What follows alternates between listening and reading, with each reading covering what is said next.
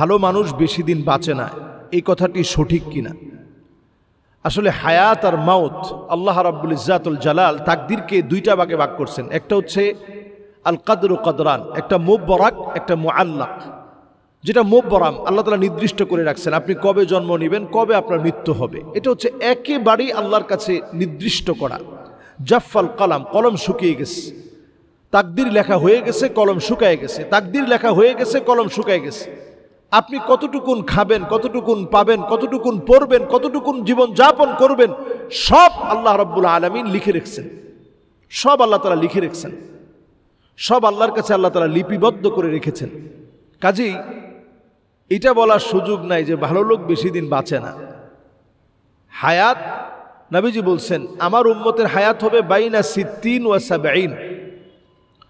নবীজির উম্মতের হায়াত হবে বাইনা সিত্তিন ওয়া সাবঈন, ৬০ থেকে ৭০-এর মাঝামাঝি। হ্যাঁ, এর চাইতে বেশি হইতে পারে না, হইতে পারে। একটা বুঝানো হইল যে আমার উম্মত ৬০ থেকে ৭০-এর মাঝামাঝি হায়াত পাবে। এটা একটা মিনিমাম রেঞ্জ বোঝানো হলো। এই উম্মতের জন্য ৬০ থেকে ৭০ নবী করিম সাল্লাল্লাহু আলাইহি সাল্লাম জানিয়ে গেলেন। হ্যাঁ, জীবনের একটা সময় থাকে সবিয়ুন, শিশুকাল, মায়ের পেট থেকে দুনিয়ায় আসার পর থেকে নিয়ে 10টা বছর পর্যন্ত এই সময়কে বলে সবিয়ুন। এই সময় আল্লাহ তাআলা কলমটা বন্ধ রাখেন। এরপরে একটা সময় আসে গোলামুন, 15 থেকে 10 থেকে নিয়ে 15 বছর পর্যন্ত এই সময়টাকে বলে গোলামুন। এরপরে 15 বছর থেকে নিয়ে একেবারে 40 বছর পর্যন্ত এটাকে বলে শাবুন বা শাবাব, চির যৌবনের বয়স।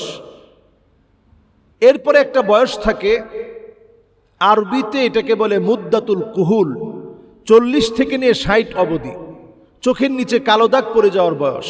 এরপরে একটা বয়স থাকে শাইখুন, বৃদ্ধ হয়ে যাওয়ার বয়স, 60 থেকে উপরে যতদিন আপনি হায়াত পান। তাহলে ভালো মানুষ বেশি দিন বাঁচে না এটা বলার সুযোগ নেই। হায়াত আল্লাহ রাব্বুল আলামিনের কাছে একেবারেই লিপিবদ্ধ, এর চাইতে বাড়ানোর কোনো ক্ষমতা কারো হাতে নেই। আবার কবে আপনি মৃত্যুবরণ করবেন এটাও আল্লাহ রাব্বুল ইজ্জাতুল জালালের কাছে একেবারেই লিপিবদ্ধ, এটা কেউ বাড়ানো কমানোর কোনো সুযোগ নেই। মুআল্লাক কিছু বিষয় আছে যে আপনি অসুস্থ, কবে সুস্থ হবেন, হয়তো আপনি সুস্থ হওয়ার বিষয়টা আল্লাহ তাআলা আপনার কোনো একটা আমলের দ্বারা সহজ করে দিবেন। এরপরে আপনার হয়তো একসময় টাকা পয়সা ছিল না, আল্লাহ তাআলা আপনাকে টাকার ভিতরে বরকত দিয়ে দিচ্ছেন, হঠাৎ একটা আমলের কারণে আল্লাহ তাআলা দিয়ে দিতে পারেন। একটা বিপদ আল্লাহ তাআলা লিখে রাখছিলেন যে এইখানে একটা বিপদ হবে। তো মুআল্লাক ভাগ্যটা হচ্ছে এমন, আপনার কোনো একটা ভালো কাজের দ্বারা আল্লাহ তাআলা সেই বিষয়টাকে হয়তো সহজ করে দিলেন। বড় একটা বিপদ ছিল, ছোট করে দিলেন। জানের বিপদ ছিল যে আপনি হয়তো একটা অ্যাক্সিডেন্টের কবলে পড়বেন, ওইটা না করে হয়তো গাড়ির মধ্যে একটু টোকা লাগছে, এটা দিয়ে আল্লাহ তাআলা আপনাকে হেফাজত করে ফেলছে। এইরকম আল্লাহ রাব্বুল ইজ্জাতুল জালাল সব কিছু লিপিবদ্ধ করে রেখেছেন। এই জন্য আমরা বলি ওয়াল কদরি খাইরিহি ওয়া শাররিহি মিনাল্লাহি তাআলা, যে আল্লাহর কাছে এই বিশ্বাস রাখতে হবে ভাগ্যের ভালো আর মন্দ সব আল্লাহ তাআলার পক্ষ থেকে নির্ধারিত হয়ে থাকে। কোরআনুল কারীমের একটি আয়াত বেশি বেশি আপনারা পড়বেন, তাহলে বুঝবেন যে আল্লাহ তাআলা এগুলো কিভাবে নির্ধারণ করেন। ওয়া ইয়ামসাসকাল্লাহু বিদুররিন ফালা কাশিফা লাহু ইল্লা হু ওয়া ইয়ামসাসকা বিখাইরিন ফাহুয়া আলা কুল্লি শাইইন কাদির। সব কিছু আল্লাহর হাতে। আল্লাহ যদি কোনো কল্যাণ চায় আপনি কল্যাণ পাবেন, যদি আল্লাহ না চান তাহলে আপনি কল্যাণ পাবেন না। এই জন্য সকল বিষয়ের কল্যাণ আল্লাহর কাছ থেকে কামনা করা। তবে হায়াত যদি কেউ বাড়াতে চায়, ছোট্ট একটা আমল আছে। হায়াত বাড়ানোর অর্থ কি?